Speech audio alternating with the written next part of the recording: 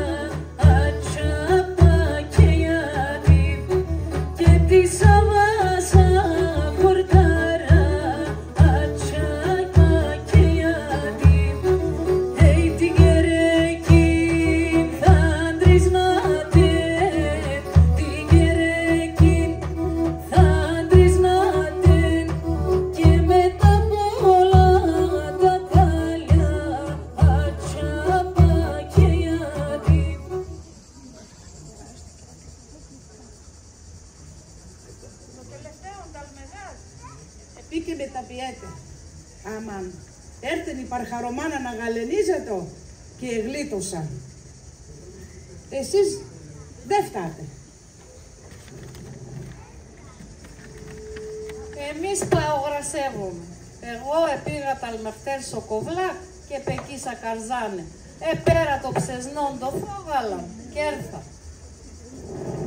Ανάστα, εσύ δεν φτάς. Τελέτς με το ζούμα μαν. Ένα φουρνίνε παίρνε με και τελένω. Η Παρθένα μέρεν. Επίες ο φουρνίν να παίρνει τα ψωμία. Πρέπει να εξέκα.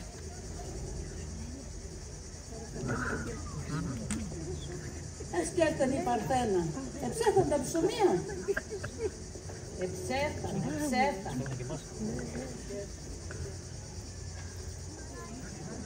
Έσκερτα η κερεκή.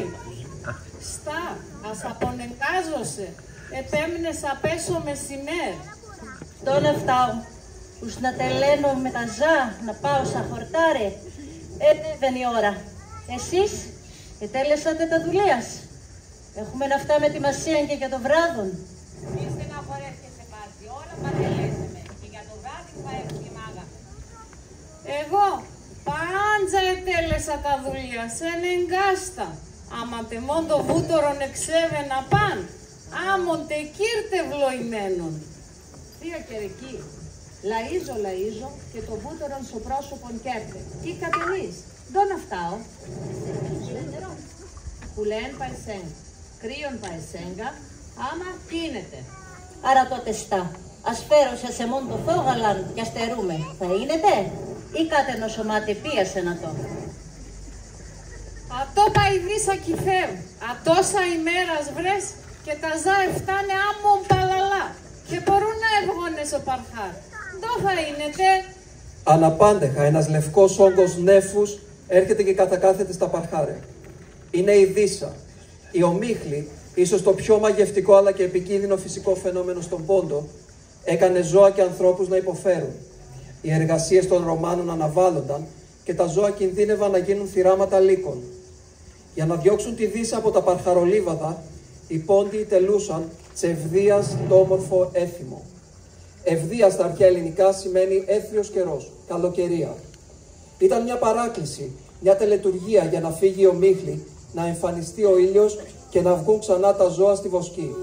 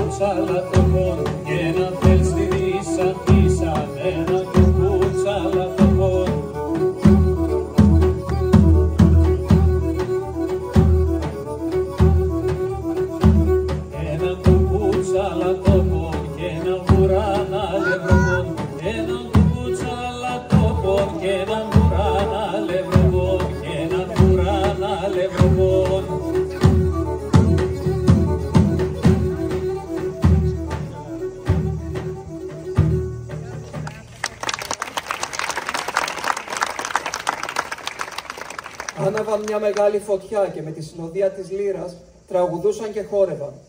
Πετούσαν από καΐδια στους τοίχους των καλυβιών, φωνάζοντας έχτρια, δηλαδή καλοκαιρία. Να φεύγει η Δύσα, να βγουν ο ήλιον, να κουλένουν τα ζώα και να στεγνώνε τα χορτάρια.